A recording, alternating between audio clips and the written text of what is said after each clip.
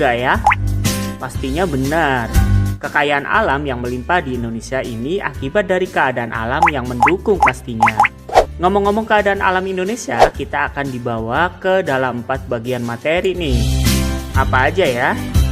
Ya, yang pertama kita akan membahas kondisi geologis. Yang kedua, kita akan membahas bentuk rupa bumi wilayah Indonesia. Yang ketiga, kita akan membahas bentuk iklim. Dan yang terakhir, kita akan berbicara flora dan fauna. Posisi geologis suatu wilayah diketahui berdasarkan keadaan batuan-batuan yang terdapat pada tubuh bumi.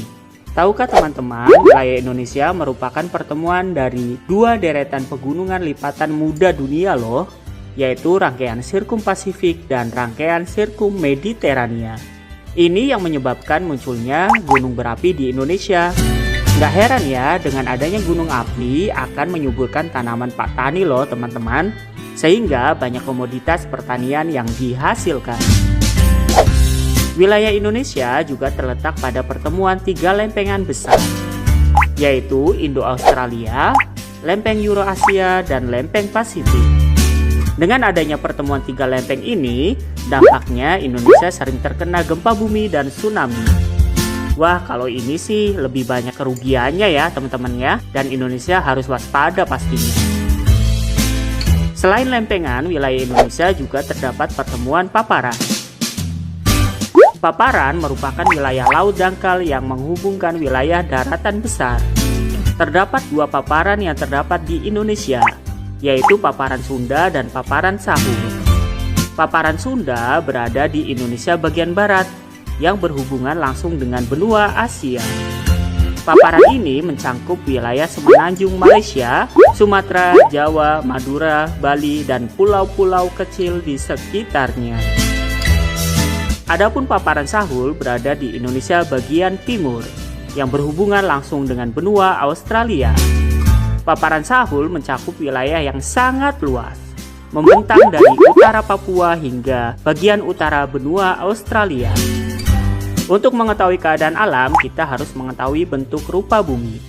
Dalam geografi, bentuk permukaan bumi lebih dikenal dengan istilah relief rupa atau muka bumi.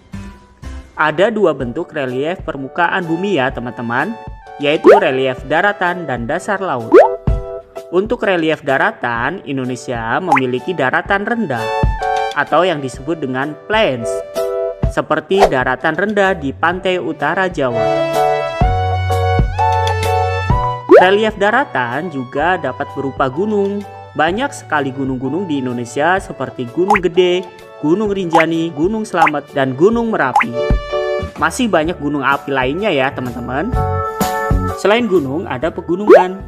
Pegunungan adalah rangkaian dari beberapa gunung dengan ketinggian yang berbeda-beda dan bentuknya lebih memanjang. Contoh wilayah pegunungan di Indonesia yaitu Maratus di Kalimantan, Pegunungan Jayawijaya di Papua, Pegunungan Bukit Barisan di Sumatera. Relief daratan dapat berupa ngarai atau canyon, yaitu lembah yang dalam dan sempit dengan lerengnya yang curam. Contohnya adalah Ngarai Sianok di Sumatera Barat. Bentuk relief bumi dapat berupa dasar laut. Sama halnya di daratan ya teman-teman, di dasar laut juga ada perbukitan maupun gunung loh. Sedangkan bentuk relief permukaan laut meliputi dangkalan. Dangkalan atau paparan adalah bentuk pantai yang melandai ke arah laut dengan kedalaman rata-rata sekitar 200 meter. Contohnya adalah Laut Jawa, Selat Karimata, dan Laut Arafuru. Selain dangkalan juga ada gunung laut. Gunung ini dimulai dari dasar laut. Puncaknya menjulang hingga ke permukaan laut. Contohnya adalah Gunung Krakatau di Selat Sunda. Bentuk relief dasar laut dapat berupa palung laut. Palung laut adalah lembah yang sangat dalam dan memanjang di dasar laut serta memiliki lereng yang curam. Palung laut yang dimiliki Indonesia adalah Trok Sunda dengan kedalaman yaitu 7.450 meter. Untuk mengetahui keadaan alam Indonesia berikutnya, kita akan membahas masalah iklim. Iklim adalah kondisi rata-rata cuaca berdasarkan waktu yang panjang untuk suatu lokasi di bumi. Letak geografis Indonesia berpengaruh terhadap keadaan alam. Pertama, Indonesia beriklim laut sebab wilayah Indonesia berupa kepulauan, sehingga banyak memperoleh pengaruh angin laut yang mendatangkan banyak hujan. Kedua, Indonesia memiliki iklim muson, yaitu iklim yang dipengaruhi oleh angin monsun atau muson yang berhembus setiap 6 bulan sekali dengan berganti arah mata angin. Hal ini yang menyebabkan Indonesia musim kemarau dan hujan. Namun iklim di Indonesia dipengaruhi oleh beberapa faktor loh teman-teman. Faktor yang pertama, karena letak Indonesia yang berada di Khatulistiwa menyebabkan Indonesia beriklim tropis dengan suhu udara rata-rata tinggi sepanjang tahun. Yang kedua, karena Indonesia merupakan negara kepulauan dengan lautan yang luas, oleh karena itu Indonesia beriklim laut. Dan inilah yang menyebabkan kelembaban udara yang tinggi ya, sehingga curah hujan di Indonesia tinggi ya teman-teman. Ketiga, letak Indonesia berada di dua benua, yaitu benua Australia dan benua Asia. Ini yang menyebabkan Indonesia beriklim muson. Iklim ini dipengaruhi oleh angin musim atau angin muson yang berganti tiap setengah tahun sekali. Untuk mengetahui keadaan alam Indonesia berikutnya, kita akan melihat flora dan faunanya. Sebagai negara kepulauan yang beriklim tropis, Indonesia memiliki posisi yang strategis, khususnya dalam lingkungan hidup di dunia. Indonesia adalah pemilik hutan hujan tropis yang terluas ketiga di dunia setelah Brasil dan Kongo.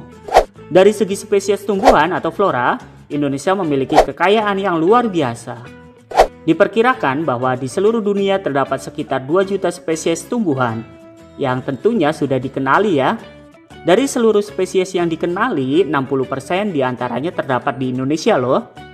Wow, melimpah juga ya untuk floranya di Indonesia. Selain memiliki kekayaan flora, Indonesia memiliki keunikan fauna. Di Indonesia hampir 300.000 jenis spesies. Jumlah tersebut ada 17% dari total jenis fauna di seluruh dunia. Bahkan untuk spesies primata saja, Indonesia memiliki setidaknya 36 spesies. Persebaran fauna di Indonesia dapat dikelompokkan ke dalam 3 kelompok, yaitu fauna wilayah barat, tengah, dan timur. Garis yang memisahkan antara tengah dan barat adalah garis Wallace, dan yang memisahkan antara bagian tengah dan timur adalah garis Weber. Fauna yang berada di bagian barat bertipe asiatis, seperti orangutan, kijang, gajah, banteng, siamang, merak, buaya, dan pesut. Sedangkan fauna bagian timur adalah bertipe australiatis. Fauna yang berada di daerah ini meliputi burung kasuari, kakatua, kuskus, dan musang berkantung. Sedangkan fauna yang berada di tengah adalah tipe peralihan. Fauna di daerah ini meliputi burung maleo, anoa, biawak, babi rusa, dan komodo. Itulah keadaan alam Indonesia yang sangat luar biasa dan patut kita jaga ya teman-teman. Tidak heran Indonesia memiliki kekayaan alam yang melimpah, karena keadaan alamnya mendukung ya teman-teman ya. Kita sebagai generasi muda